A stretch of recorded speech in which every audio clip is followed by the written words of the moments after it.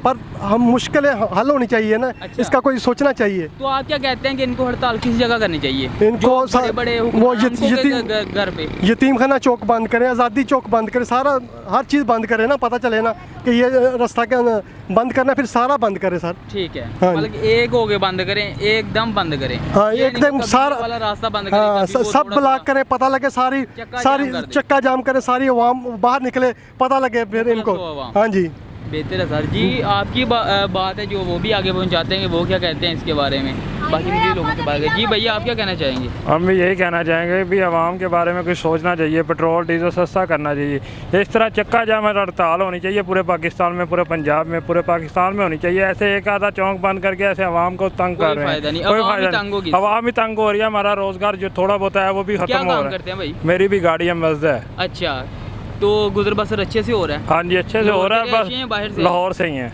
ठीक है, बस तो ये आप क्या पेट्रोल की कहते वजह से काफ़ी मुश्किलात बढ़ गई हैं। अब पेट्रोल महंगा है, किराए वही कहते हैं हैं। कि पेट्रोल कितना होना चाहिए? पेट्रोल कम से कम 150 के पास होना चाहिए। 150 के पास हाँ जी, होना चाहिए। फिर भी निज़ाम अच्छे हो और जाएंगे। डीजल?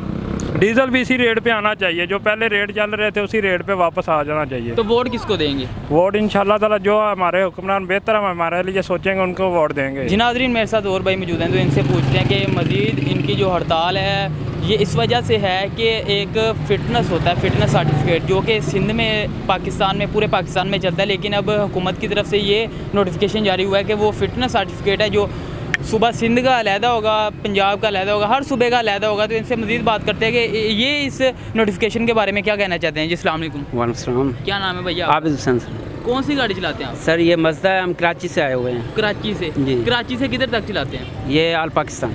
ऑल पाकिस्तान।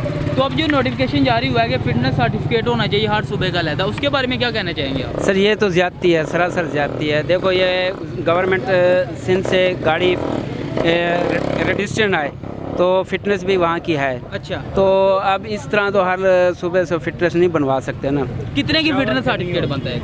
सर बात पैसों की नहीं है, बात मतलब कि अभी जो इन्होंने वैक्स इदारा, जो एक गैर मुल्की इदारा है, वो एक कॉन्ट्रैक्ट है, ऐसा ही है। तो वो मतलब कि उन्होंने ये किया हुआ है कि गाड़ी पास ही नहीं करते, उनके कुछ ऐसे लॉ हैं, कानून हैं। ठीक है, वो गाड़ी ऐसे रूल्स हैं हाँ। कि वो गाड़ी पास नहीं करते। वो कहते हैं जी फिटनेस सर्टिफिकेट करवाएं, हाँ सूबे का अलहदा, फिर आपकी गाड़ी पास होगी, फिर आप आगे जा सकते हैं। बिल्कुल। सारी बात, आप भी दिहाड़ीदार, आपने भी खर्चे हम पूरे तो करने हैं। मज़दूर ड्राइवर हैं, हमें तो बहुत परेशानियां होती हैं, हमें तो हर शोबे से परेशानी होती है। अच्छा, हर शोबे से ट्रैफिक वार्डन? हाँ, ट्रैफिक वार्डन हो गई। अभी तो इन्होंने ये पेट्रोलिंग पुलिस वालों को भी आर्डर दे दिया है चालान का। ठीक है, हाँ, चालान का आर्डर भी पेट्रोलिंग वालों को भी दे दिया है। अभी कोई ऐसा रोड नहीं है जहाँ पे हमारा चालान नहीं होता। हर रोड पे चलान? हर रोड पे, हाईवे पे। डेली के कितने चलान हो जाते हैं? डेली ये कराची से लाहौर तक हमारे 6 से 7 चालान हो जाते हैं। 6 से 7 चलान? कितने का एक हाँ। चलान होता है? वो मुख्तलिफ नोयत के होते हैं, कोई 500 का, 700 का, 1000 का।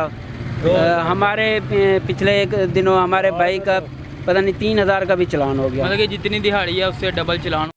जी नाज़रीन, सईद मुर्ज़ा को दीजिए इजाज़त, फिर मिलूँगा एक नए प्रोग्राम।